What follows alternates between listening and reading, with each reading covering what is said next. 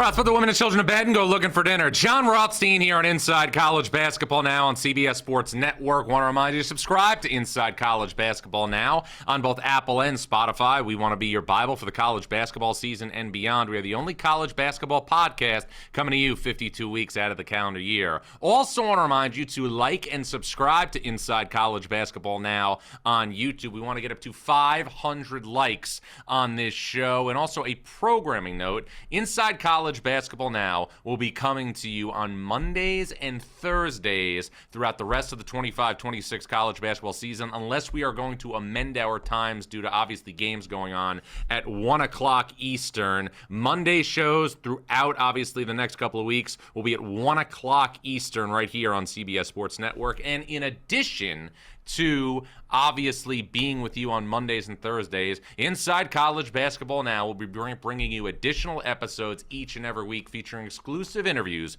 with some of the biggest and best names in the sport. On Friday, I will catch up with North Carolina head coach Hubert Davis prior to the Tar Heels' massive game against Duke at Cameron Indoor Stadium on Saturday, and we're also going to play part of that interview later in the show. We will also later in the show hear from UConn head coach Dan Hurley, and I will also unveil my National Player of the Year, my National Coach of the Year, my National Six-Man of the Year, and get into my different All-American teams and other end-of-season awards as we put a bow on the regular season for 25-26 in college basketball. But as always, we got to start with three big things.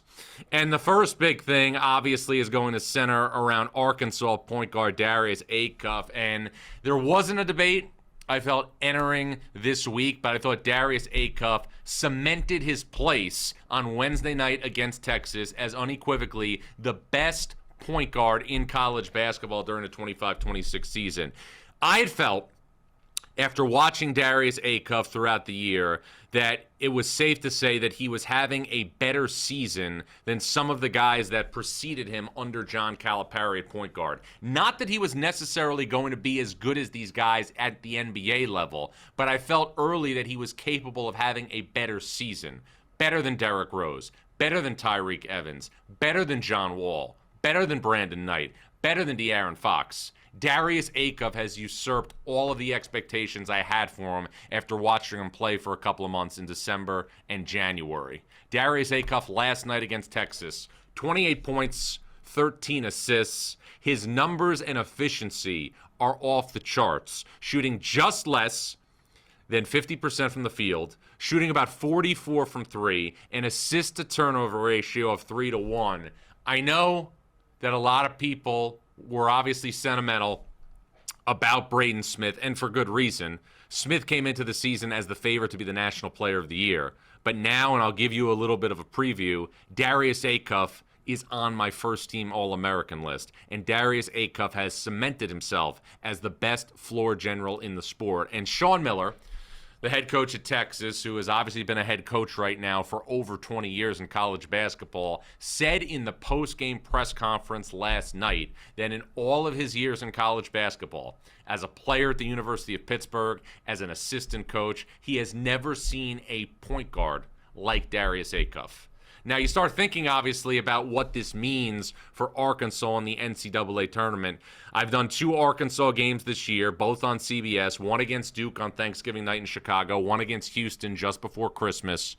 It is a real struggle for this team, as we saw last week against Florida, to go against a team with massive size and thickness down low. Florida's front line pulverized Arkansas. But if the matchups fall in the Razorbacks' favor, I think we'll be seeing Arkansas in the second weekend of the NCAA tournament. I would expect Arkansas right now to probably be a 5 seed. We'll see what happens at the SEC tournament. But Arkansas is going to be playing one of those 50-50 games in the round of 32 for the right to go to the Sweet 16. But there will not be a better point guard that you will see during the 2026 NCAA tournament than Darius Acuff.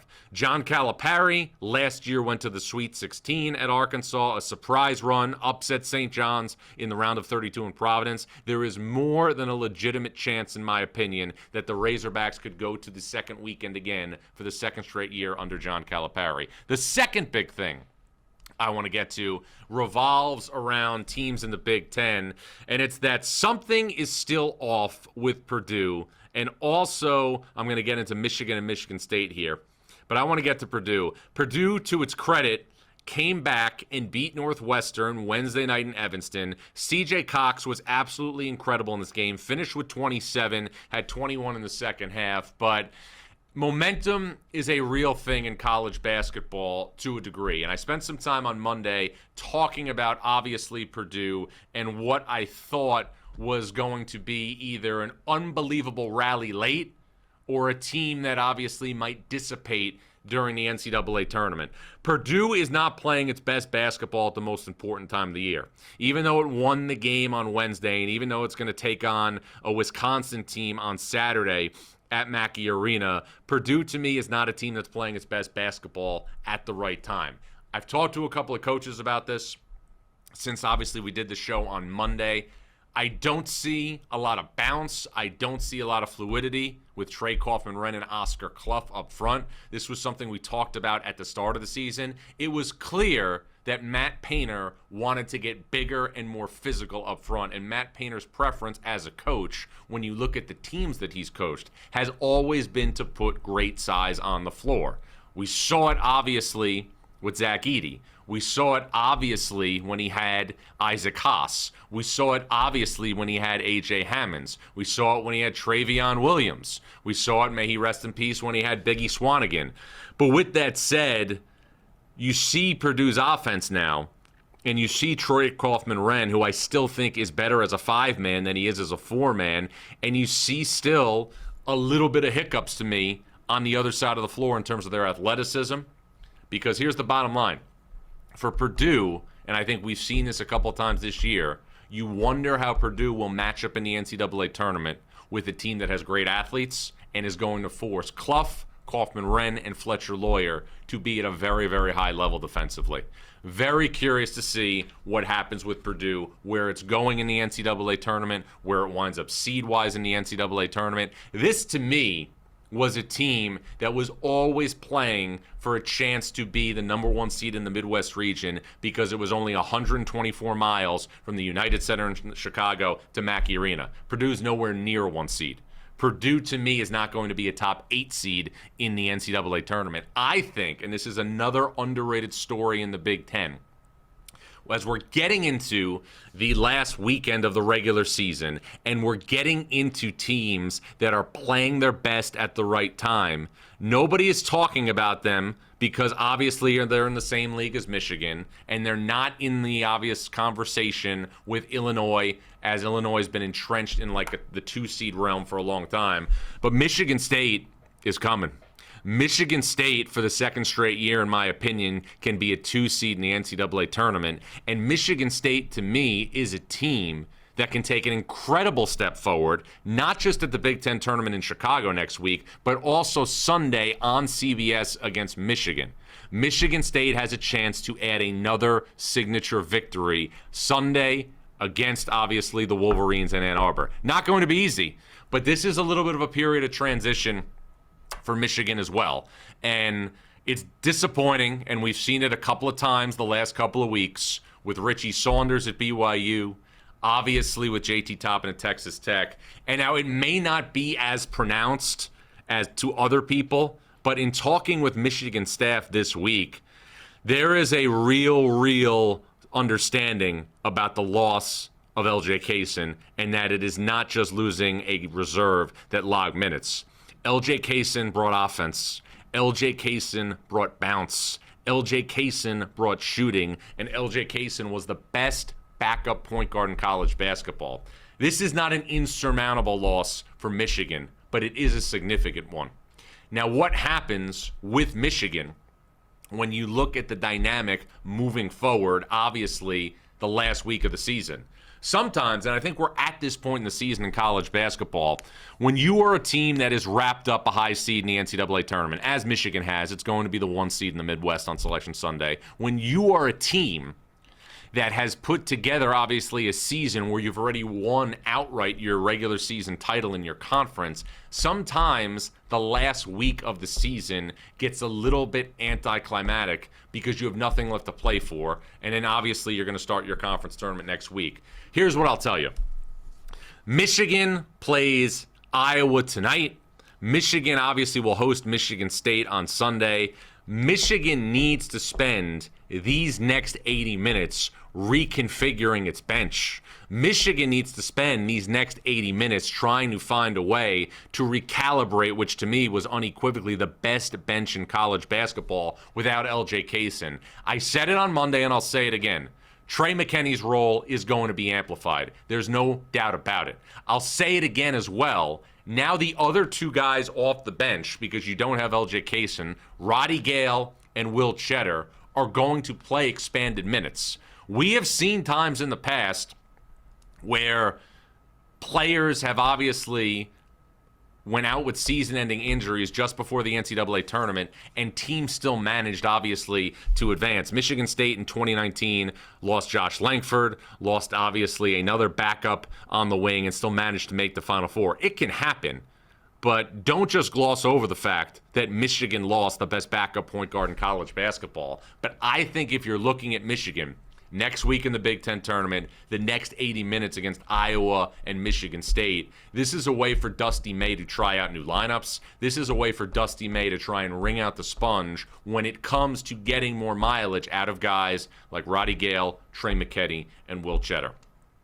Third big thing, I'm going to bounce around a little bit right now because there is a lot of talk, obviously, about the collision course that is going on at the Big East tournament. But I got to tell you, I think the Big East tournament and the bubble in general is lacking major, major pop when you look at it as a whole. Now, this is the interesting thing that I think could spice up the Big East tournament. Seton Hall is on the outside looking in right now of the NCAA tournament. But Seton Hall on Friday night is going to host St. John's at the Prudential Center in Newark. If Seton Hall were to beat St. John's, it would then obviously add a major quad one victory to its resume and make next week's Big East tournament that much more interesting. Seton Hall last week took Connecticut to the wire at Gampel Pavilion. Seton Hall, in the first meeting against St. John's, outplayed the Red Storm at Madison Square Garden for the majority of the game. But if Seton Hall can make, obviously, the Big East tournament more interesting by winning the St. John's game, it's going to create a little bit more of a storyline than we currently have. Because the Big East tournament, which is somebody now who's been doing this for 20 years, the Big East tournament 20 years ago, and it was a completely different time. It was a 16-team league. It was not an 11-team league. You had Louisville, you had Syracuse, you had Pitt, you had Notre Dame, you had West Virginia, Calhoun, Boeheim, Pitino, everybody. The Big East tournament was not the NCAA tournament, but when you covered that as a young reporter, it felt pretty close. I was there at Madison Square Garden when UConn and Syracuse went to 6 overtimes. I was there when Georgetown and West Virginia played a classic in the title game in 2010. I was there for all of those magical events. And the Big East tournament now, to me, when you look at power conferences, aside from the potential of a UConn St. John's rubber match in the title game on March 14th, aside from that one night, from that one event, you're not seeing a lot of pop right now in the Big East tournament at Madison Square Garden. Seton Hall can change that. If UConn wins at Marquette, if St. John's wins at Seton Hall Friday, they will share the Big East regular season title. And then, obviously, we will see what the tiebreakers hold after that. But Seton Hall, to me, has to beat St. John's to add more pop in the Big East tournament, because then Seton Hall would be looking at, if it gets to the semifinals, either a matchup with St. John's or UConn in the semifinal round. And obviously you would expect Villanova to be on the other side. Now, in terms of the bubble, and I'm somebody, again, who now is always sharpening the knife when you look at a projected bracket. I know we say this every year. I know it's something, obviously, that has been a recurring theme about how poor the bubble is. But I will say this. This is the worst collection of bubble teams in terms of overall resumes that I have seen in a very, very long time. As of today, the last team in my bracket, or the last couple of teams in, Ohio State, Santa Clara, SMU, who lost obviously to Miami last night. Those are the teams. But the teams right now who are threatening to get in the bracket are as follows. Cal, VCU, who again has not won any major games, but is a really, really good basketball team under Phil Martelli Jr., Auburn, and Cincinnati. Cincinnati has went on a massive surge under Wes Miller, has 13 losses. Cincinnati is going to play at TCU on Saturday. That's another quad one opportunity. And Cincinnati, to me, if it beats TCU on Saturday and wins 2 games in Kansas City in the Big 12 tournament, could play its way into the NCAA tournament. Cal is a team, while it does have some nice wins, Cal has won at Miami, Cal has beaten UCLA. Granted, Tyler Bilodeau did not play in that game, but it does count as a win over UCLA. Is a team that lost at home last week to Pitt and also lost earlier in the season against Kansas State. These are the teams right now that are vying for the 68th spot in the NCAA tournament. And you know where I'm going with this. If the tournament expands, all of these teams are going to be comfortably in. And the theater that you are seeing each and every night, and soon to be each and every day and night when championship week starts, the theater that you are seeing about teams needing to win these crucial games to keep their seasons alive.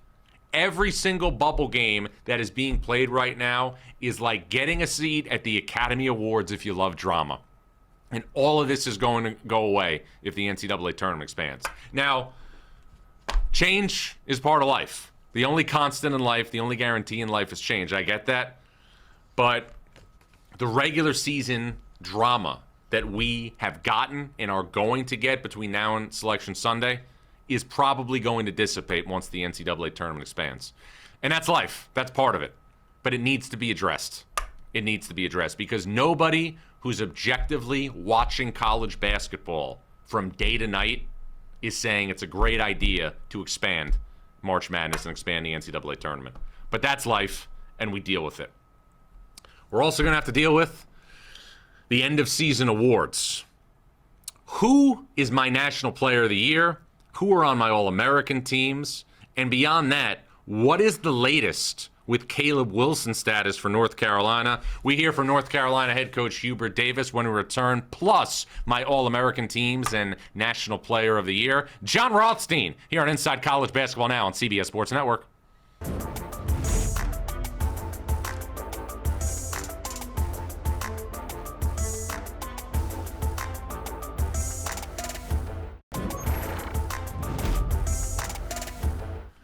Welcome back to Inside College Basketball Now on CBS Sports Network with Jon Rothstein. This is March, and March means end of season awards in college basketball. We are going to start with my All-American watch and who's on my All-American teams. And I just want to say right now, this was unequivocally the hardest thing I have had to do from an All-American perspective when you think about how deep the talent was in college basketball this season. It was really, really hard to put together 3 teams of 5 and also 5 honorable mention players. But congrats to obviously everybody who is an All-American, and here it goes. Let's start with the honorable mentions now as we get set to unveil the All-American teams here on Inside College Basketball Now. My honorable mention for the National Player of the Year, obviously this is an All-American honorable mentions. This is Zuby Ejiofor of St. John's, Darren Peterson of Kansas, Price Sanford of Nebraska, Braden Burries at Arizona, and also Christian Anderson at Texas Tech. Zuby Ejiofor having a great season for St. John's, will be the Big East Player of the Year. Darren Peterson, when he's been obviously on the floor, has been unbelievable for Kansas. Price Sanford for Nebraska might be as underrated a player as obviously we've seen come out of the transfer portal. Braden Burries at Arizona has been electric, and Christian Anderson at Texas Tech. Let's go to now my third team All-Americans for this season, as we're going to keep going down all the way from 3-2-1. So third-team All-Americans now. We're going to go with Jeremy Fears from Michigan State, if we can move it there. You see my third-team All-Americans. Jeremy Fears from Michigan State and Keaton Wagler from Illinois are going to be in the backcourt. This is a guard-heavy team.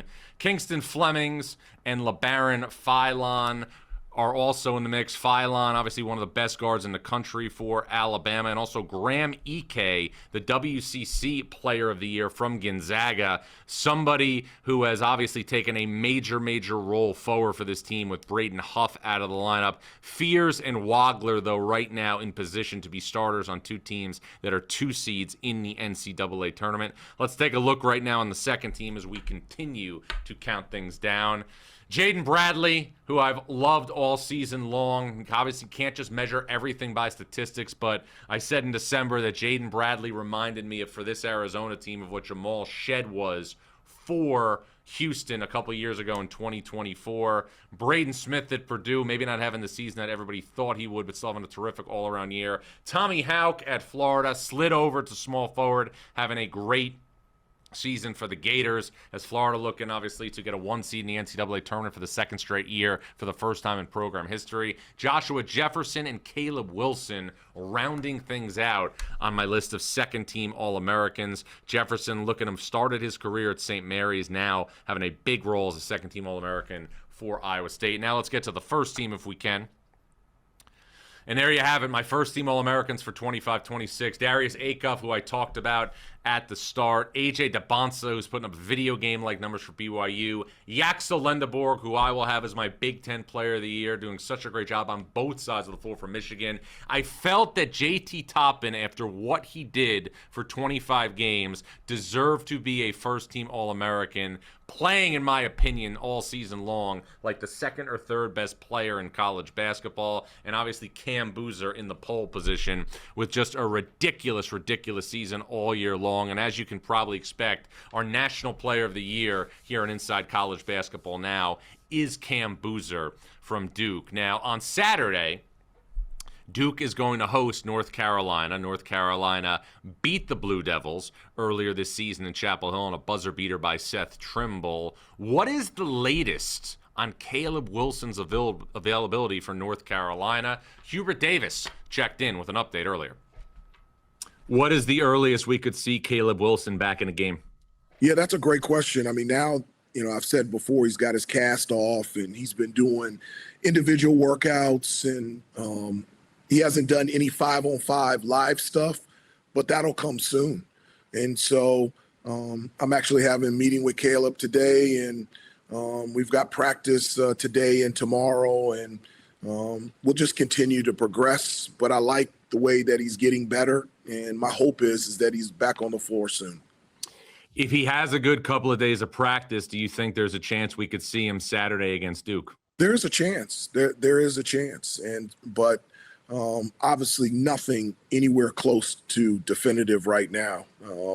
My number one concern is Caleb, and I want him 100% healthy and 100% confident to be able to do the things that he can do out there on the court. And what a blessing and what an honor it's been to be able to coach a kid like that this year. He's been off the chart. And I know you don't want to jeopardize, obviously, his long-term health, but how important is it for you and your staff to attempt to get some rust off him in game action before you obviously play in the NCAA tournament? Yeah, I mean, the only way that you can get into game shape and the game type rhythm is actually play the game.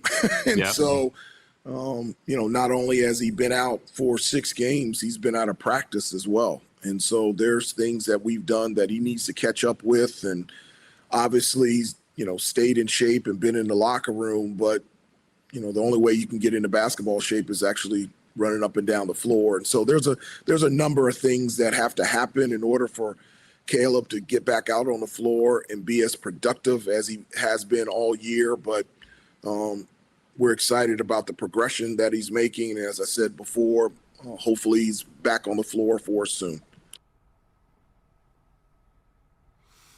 All right, that was North Carolina head coach Hubert Davis, who we talked to earlier today. You can watch the full interview starting at 10 a.m. Eastern on Friday morning on Inside College Basketball Now. A major update heading into the weekend. Hubert Davis says there is a chance that Caleb Wilson could play Saturday against Duke if the next 2 days of practice go okay at North Carolina. Obviously, Wilson, a 20-10 guy this year for the Tar Heels, but North Carolina has played very good basketball without Caleb Wilson. Tar Heels were undefeated at home this season and have put together a major resume. North Carolina has won at Kentucky, won at Virginia, beaten Duke at home, and also beaten Kansas at home. North Carolina 24-6, obviously a team that has a major opportunity Saturday, not just because it's a rivalry, but also a team that is an opportunity because this would be not just a quad one opportunity,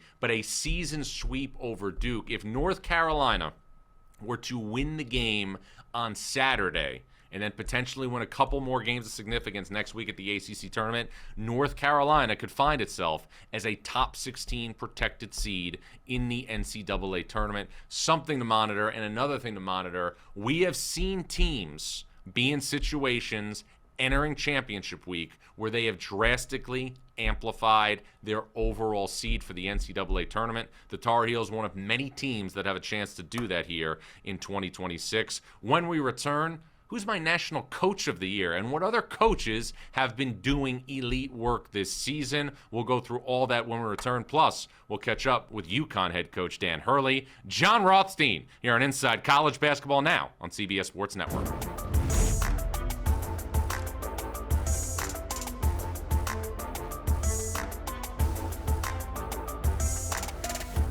All right, quick timeout because we're heading into the long days of March Madness, late night West Coast tip-offs and bracket chaos that doesn't stop if you're staying up to catch every game and grinding through wall-to-wall college hoops. You need energy that can keep up. That's where the new Fruity Rainbow 5-Hour Energy Shots come in. They treat your taste buds to an explosion of fruity flavor with a tasty caffeine kick. This isn't your typical energy shot. It's bold, playful, candy-style chaos in a tiny bottle. Caffeine just got a flavor upgrade. 5-Hour Energy Shots bring you tasty caffeine in 17 flavors, and this Fruity Rainbow launch is all about that sweet, colorful vibe. It's big flavor packed into a portable 2-ounce shot, easy to toss in your bag before a full day of games or keep nearby when you're locked in on a double overtime thriller. Plus, it's a zero sugar treat that's Sweet Tooth approved. So whether you're breaking down matchups or staying up to watch every buzzer beater, make sure your boost is as fun as the madness. Get candy-flavored chaos with Fruity Rainbow 5-Hour Energy Shots, available online at 5hourenergy.com or Amazon.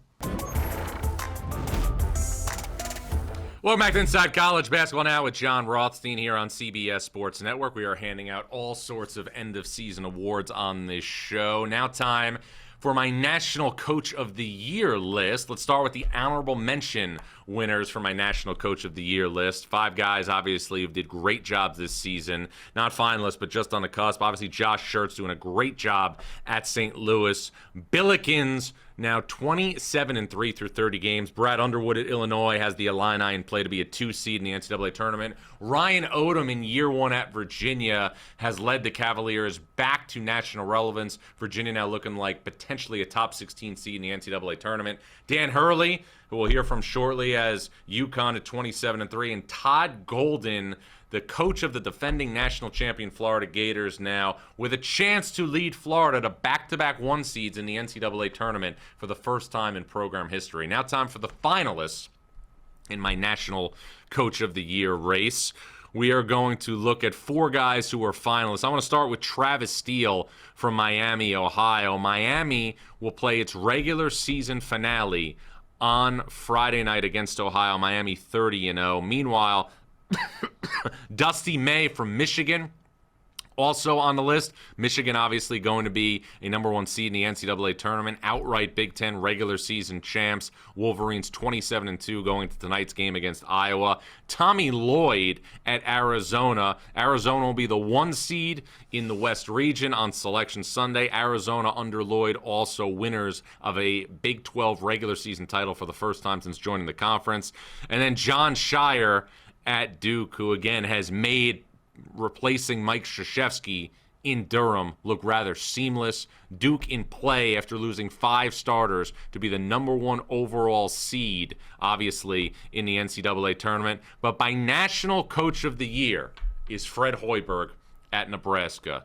Fred Hoiberg is the coach of a program that has never won a game in the NCAA tournament. Nebraska, as obviously we remember, made the NCAA tournament 2 years ago under Fred Hoiberg. But Hoiberg is in the scenario where he, in my opinion, is the National Coach of the Year. 25-5. The all-time wins record for Nebraska is 26. So with 2 more wins, Hoiberg will break the all-time win record for Nebraska. Fred Hoiberg, my National Coach of the Year for the 25-26 season. Now, Dan Hurley was the National Coach of the Year 2 years ago in 2024, and for years, Dan Hurley was catching up to the other members of his family. His father, who was a Hall of Fame high school basketball coach, and his brother Bobby, the head coach at Arizona State, who was pound for pound, inch for inch, the best point guard we've ever seen in college basketball. So now that Dan Hurley's won 2 national titles, what drives him? I know before, obviously, you got to this place at UConn and took the program back to the pinnacle of the sport, you were driven to make a name for yourself in coaching because obviously you grew up in a family where your father was a Hall of Famer as a high school coach, and your brother obviously was arguably the best college point guard to ever play the game at Duke. Once you've achieved all that, though, and you won back-to-back national titles in as dominant a fashion as we've ever seen in the history of college basketball, what is now the driving force for you internally?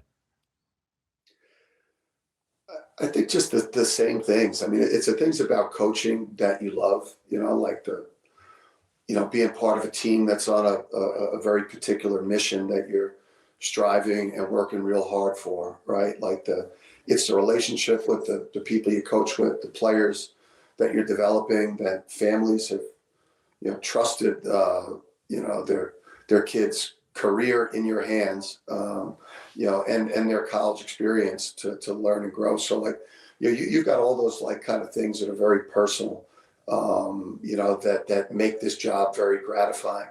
But then you also have the competitive side of you, or now your new baseline for what you feel like, is how your season should end. Once you experience championship level success, seasons that don't end that way, it just doesn't measure up, and you as a group don't get rewarded for those experiences that are once in a lifetime. It's obviously it's not realistic to have that as your new baseline for a season being successful, but that's what it evolves into.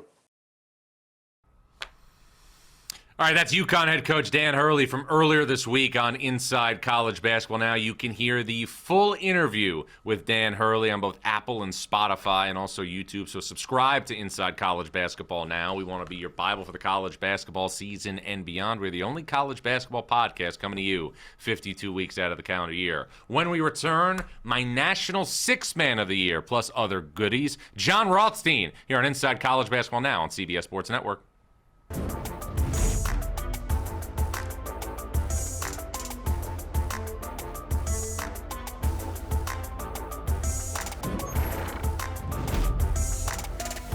Welcome back to Inside College Basketball Now with Jon Rothstein here on CBS Sports Network. We will continue with our end-of-season awards. Now the National Sixth Man of the Year, which I have felt for years should be an award for college basketball players to receive. It currently does not exist, so we're doing it here on this show. Let's look at my 5 honorable mentions for the National Sixth Man of the Year award. You obviously have Andrew McKeever at St. Mary's, Austin Rapp at Wisconsin, Zvonimir Ivasic at Illinois, Terrence Hill at VCU, and then L.J. Kaysen at Michigan in the National Sixth Man of the Year honorable mentions. Now, if we're looking for other finalists for National Sixth Man of the Year, Chance Mallory from Virginia, a great change of pace guard that's been a real cog for Ryan Odom in a situation where he's completely turned that program around. Also, Urban Klavshar from Florida. Great shooter when Klavshar scores in double figures. Florida's a different basketball team this year. Trey McKinney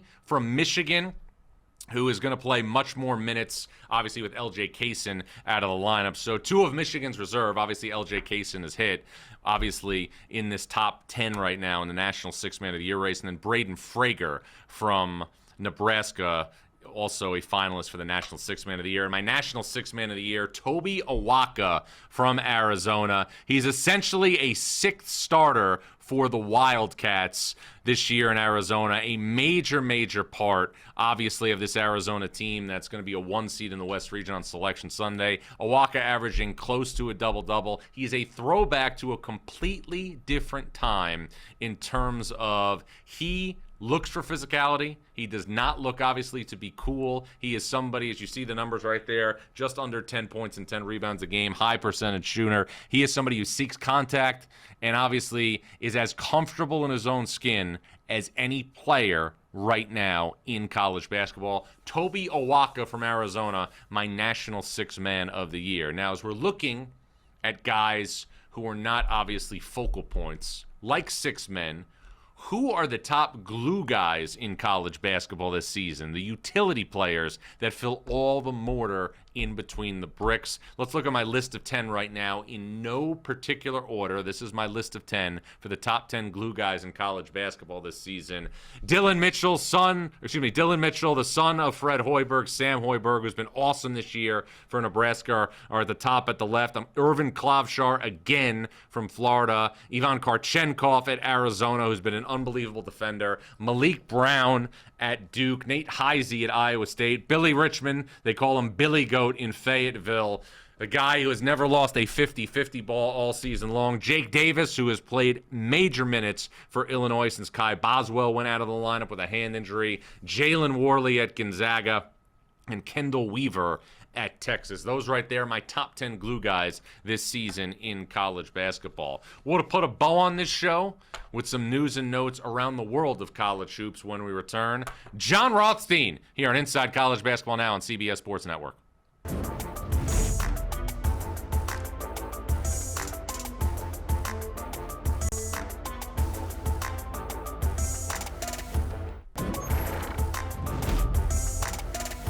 All right, Jon Rothstein back here on Inside College Basketball Now on CBS Sports Network. I want to remind you to subscribe to Inside College Basketball Now on CBS Sports Network, and also subscribe to Inside College Basketball Now on Apple and Spotify. We want to be your Bible for the college basketball season and beyond. We are the only college basketball podcast coming to you 52 weeks out of the calendar year. Also want to remind you to like and subscribe to Inside College Basketball Now on YouTube. We want to get up to 500 likes each show, so hit that like button, subscribe, and get with us on YouTube. And also a programming note, every Monday and Thursday at 1 o'clock Eastern, there may be some tweaks, obviously, during the NCAA tournament because we don't want to go up against live games, but for the most part, every Monday and Thursday at 1 o'clock Eastern, we will give you a live show. And on Mondays, it will be at 1 o'clock Eastern on CBS Sports Network. And if you can't be with us at 1 o'clock for those live shows, get with us on your commute home at night or during your early morning workout on Apple or Spotify.